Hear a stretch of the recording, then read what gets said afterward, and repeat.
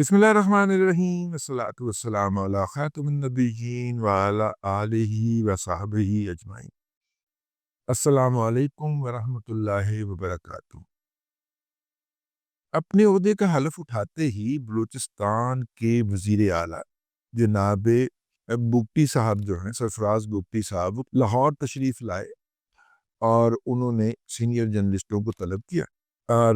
پاک لاہور کا کون سا سینئر جرنلسٹ تھا جس کو بلایا ہمارے شاہد رند صاحب نے، اور وہ نہیں آیا؟ سب کو بلایا، تقریباً جتنوں کو بھی بلایا وہ آئے، صرف سیٹھی صاحب وغیرہ نہ آئے ہوں شاید،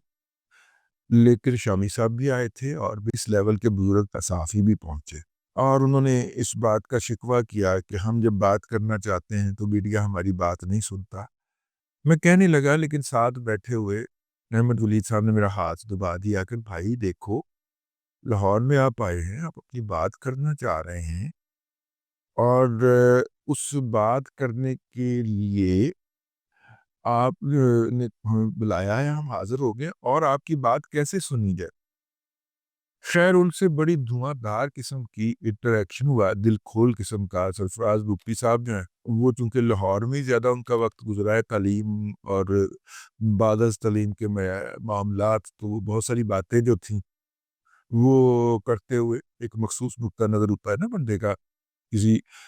معاشرے کے اندر رہ کے، اور وہ نقطہ نظر ان کا تھا، ہمیں اس کی ویلیو کرنی چاہیے، ہم ان کی بیشتر باتوں سے ایگری نہیں کرتے۔ مطلب جس طرح ہم کرزئی اور ملا ہیبت اللہ پاکستان سے بھیج کے افغانستان کا حکمران بناتے ہیں،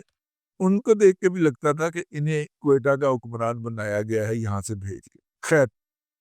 اور انہوں نے اس بات کا شکوہ کیا کہ میڈیا ان کی بات نشر نہیں کرتا۔ آج انہوں نے اس مسئلے کا حل یہ نکالا کہ اپنے ساتھ D G I S P R کو بٹھا لیا۔ حالانکہ بگٹی صاحب، آپ کی جو تقریر تھی صوبائی اسمبلی کے اندر، وہ لائیو نشر ہوئی، آپ کچھ بولیے تو صحیح، آپ جب جب بولتے ہیں تب تب وہ نشر ہوتا ہے، ٹھیک ہے؟ اپنے جو میڈیا کے ترجمان ہیں ان سے پوچھ لیجئے، جب جب کوئی بات بھیجتے ہیں تب تب نشر ہوتی ہے، ٹھیک ہے؟ لیکن چونکہ آپ بولنے سے شرماتے ہیں، یا آپ کے پاس بولنے کے لیے کچھ ہوتا نہیں ہے، مطلب آپ بچوں کو اسکالرشپ دیں، پاکستان کا پورا میڈیا اس کو ہائی لائٹ کرتا ہے، آپ کو ڈیولپمنٹ کا کام تو خیر کرتے نہیں ہے، وہ آپ نے وفاق کے لیے چھوڑا ہوا ہے یا چائنا کے لیے چھوڑا ہوا ہے، لیکن جب جب آپ کرتے ہیں تب تب وہ جو ہوتا ہے وہ ہوتا ہے، تو بھائی ایسا نہ کیا کریں۔ خیر، انہوں نے ساتھ میں جی جی آئی ایس پی آر کو بٹھایا ہوا تھا جی، اور وہ بات کر رہے تھے۔ پتہ نہیں، بعض لوگوں کو ہوتا ہے، ان کی وہاں پہ بیٹھے بھی ایک جرنلسٹ سے منہ ماری ہو گئی، حالانکہ جرنلسٹ جو ہے وہ صرف سوال کرنا چاہ رہا تھا۔ اس پریس کانفرنس کے اندر باتیں ساری وہی تھی، وہ نشر ہو چکی تھیں تقریباً، اور پاکستان نے نشر کر دی تھیں، پاکستان نے نشر نہیں کی تو بیرون ملک میڈیا سے نشر ہو گئی تھی کسی نہ کسی حوالے سے، اور کچھ جو باتیں جو تھیں وہ غلط تھیں اور خلاف حقیقت تھیں یا خلاف واقعہ تھیں، اس کی انہوں نے کلیریفیکیشن بھی کی اور تردید بھی کی، اور کرنی چاہیے تھی ان کو۔ لیکن میرا مطلب ہے، واقعہ ہونے کے 36 گھنٹے بعد آپ آ کے ان کی تردید کر رہے ہیں، آپ کیا آدمی ہیں، آپ کیا لوگ ہیں یار؟ میرا مطلب ہے بندہ پوچھے، مطلب ہم جیسے لوگ جو ہیں وہ اپنی جگہ کے اوپر اس کی تردید کریں گے، اس کی کوئی اہمیت نہیں ہے۔ سرکاری سطح پہ اوپر اس وقت آپ کے منہ میں گولیاں ڈالی ہوئی تھیں کہ آپ نے 36 گھنٹے لیے، پھر آپ آئے، پھر آپ پنڈی گئے،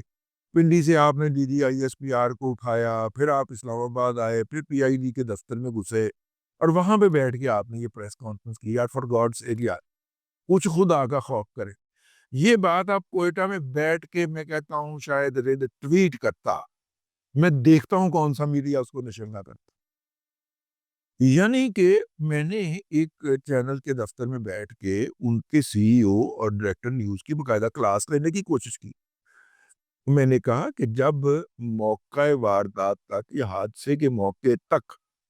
رسائی نہ ہو، تب جو ہے وہ رپورٹنگ آپ کو پتہ ہے یار کیسے ہوتی ہے۔ مطلب آپ ریلوے اسٹیشن پہ رپورٹر بھیجیں جو جا کے وہاں پہ کسی ریلوے کے افسر کا انٹرویو کر لے، وہ پوچھ لے کہ اس طرح کا پہلے کب ہوا تھا، وہ تو آپ کیا کرتے ہیں، ایس او پی کیا ہے۔ ہاسپٹل چلے جائیں جی، آپ کے پاس کتنی انجرڈ آئے ہیں، کتنی ڈیڈ باڈیز آئے ہیں، خبر وہاں سے جنریٹ ہوتی ہے۔ پاکستان کے میڈیا نے کچھ نہیں کیا۔ تو آگے سے مجھے جواب لاجواب ملا کہ جناب ہمارے رپورٹر گئے تھے اور انہوں نے جا کے وہاں پہ انجرڈ کے انٹرویو بھی کر دیے تھے، واپس آنے والے مسافروں کے انٹرویوز بھی کر دیے تھے، ٹھیک ہے۔ لیکن کہا گیا کہ جناب ان سب کو نکال دیا جائے، اور ہمیں نہ صرف ان کے ریلوے اسٹیشن سے نکال دیا گیا بلکہ وہاں سے بھی نکال دیا گیا ہمارے رپورٹرز کو ہاسپٹل سے بھی، اور ساتھ میں کہا گیا کہ خبردار وہ چیز آنر ہوگی جو ہم جاری کریں گے۔ بھائی جان اس کے بعد پھر آپ نے جب خبردار کہہ دیا تو پھر تو ان کے جھوٹ کو اکیلا میدان میں ناچنے کا موقع مل گیا۔ میں آپ کی عقل مندی کا ماتم کروں، اور آپ پھر 36 گھنٹے بعد واقعہ ختم ہونے کے بعد آپ تشریف لائے، اور میڈیا سے لڑنے کے بعد آپ نے بتایا کہ جی آپ کا نقطہ نظر نشر نہیں ہوا، آپ نے جو نقطہ نظر دینا تھا بھائی وہ آپ دیتے تو صحیح نا۔ واقعہ اب ہو رہا ہے، آپ مجھے 24 گھنٹے بعد یا 36 گھنٹے بعد بتائیں گے، میرے لیے وہ اس وقت تک زیرو ہو چکا ہوگا۔ اس وقت تک جو دستیاب جھوٹ ہوگا میں نشر نہ بھی کروں، ساتھ میں دونوں طرف دشمن بیٹھا ہوا ہے، وہ اس کو نشر کرے گا۔ جب تک آپ کا سچ آپ کے دہن مبارک سے برآمد ہوگا اس وقت تک وہ خود ساختہ جھوٹ پوری دنیا کا چکر لگا کے آ چکا ہوگا۔ آپ ذرا پروٹوکول پہن لیجئے، خط شت کروا دیجئے، میں اس طرح کی باتوں میں جایا نہیں کرتا، لیکن مجھے غصہ بہت چڑھا ہے کہ یار 36 گھنٹے بعد آپ آئے ہو اور پھر اوپر سے جرنلسٹوں سے لڑنا شروع ہو گئے ہو، اور بڑی تکلیف ہو رہی ہے آپ کو کہ سوال تو سخت پوچھے جا رہے ہیں، ساتھ میں آپ اپنی پروٹیکشن لے کے آئے ہیں۔ ویسے بائی دا وے اگر یہ پروٹیکشن ساتھ نہ ہوتی، احمد شریف صاحب کا منہ نہ مار رہا ہوتا، تو آپ کو پتا چلتا کہ سوالات کیا ہوتے ہیں اور پریس کانفرنس کیا ہوتی ہے۔ بھائی بجائے اس کے کہ آپ اپنی نالائکی دور کرنے کا اعلان کریں کہ واقعہ ہو جانے کے کم از کم 8 گھنٹے تک کہ بلوچستان حکومت ایک ٹویٹ نہیں کر سکی، جس کے لیے انہوں نے ہمارا کلیج جرنلسٹ باقاعدہ ملازم رکھا ہوا ہے، ٹھیک ہے، وہ آگے ہمیں بتا رہی ہے کہ آپ نے غلط رپورٹ کیا ہے۔ جو ہمسایہ ملک کا میڈیا جو ہے وہ سوشل میڈیا پہ بھی اور مین سٹریم میڈیا پہ بھی بیانیاں بناتا رہا ہے، تو بھائی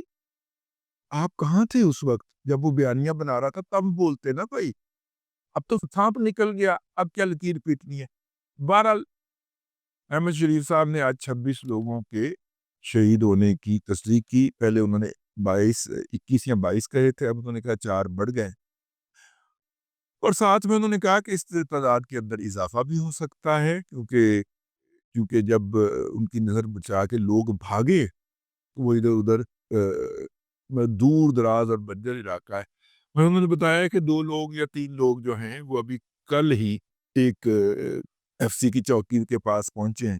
اور انہوں نے ان کو بتایا کہ ہمیں پہنچا دیں، اور پھر وہ ایف سی والوں نے ان کو پہنچایا۔ اس طرح اور بھی لوگ ہو سکتے ہیں جو بھٹکے ہوئے ہوں اور وہ آج تو خیر وہ جو ہیں احمد شریف صاحب نے وہ ویڈیوز دکھا کے انڈین میڈیا کا جو بدنیتی تھی، میں نے آپ سے عرض کیا تھا نا کہ 8 فروری جتنی تیاری تھی، ان کی مٹیریل وغیرہ تیار کیا جا چکا تھا، پرانی ویڈیوز اتار کے ریمیک کی جا چکی تھیں، اور اس کے علاوہ اور بھی بہت سارے بیک گراؤنڈر بنائے جا چکے تھے کہ یہ واقعہ ہونا ہے، اور اس کے بعد ایک قدم بلاسٹ کر دیا جو، اور اس کے مقابلے کے اندر جناب سرفراز بگٹی صاحب اور ان کی حکومت اور حکومت کے سرپرست جو تھے وہ مکمل طور پر خاموش تھے۔ تو جب آپ نہیں بولیں گے تو پھر جھوٹ بولے گا، اور جب وہ جھوٹ بولے گا تو پھر اپنی رفتار کے ساتھ پھیل جائے گا، کیونکہ آپ کا سچ میدان میں نہیں ہوگا۔ یہی بات ہم سوشل میڈیا کے حوالے سے پیٹتے رہتے ہیں کہ سوشل میڈیا کے اوپر آپ صرف اپنی پازیٹیوٹی نہ پھیلائیں، آپ کاؤنٹر نریٹو دیں،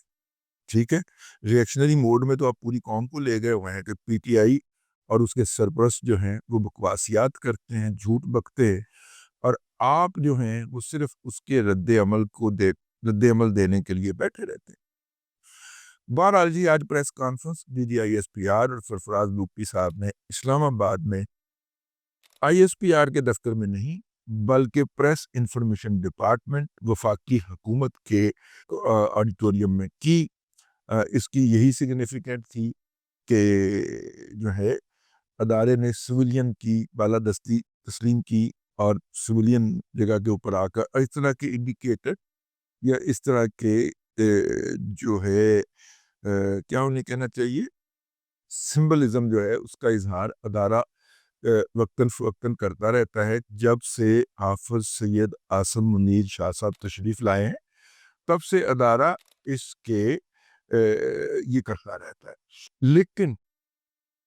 یہ پریس کانفرنس وہ موقع تھا جو جنگ کے بعد یاد آیا، اور ایسے موقع کے بارے میں کہا جاتا ہے اس کا کیا کرنا چاہیے۔ اب تک کے لیے اتنا ہی، اگلے ولاگ کے اندر پھر حاضری ہوگی۔ اللہ تبارک و تعالیٰ آپ کو آسانیاں عطا کرے اور آسانیاں خلق خدا میں تقسیم کرنے کی توفیق عطا کرے۔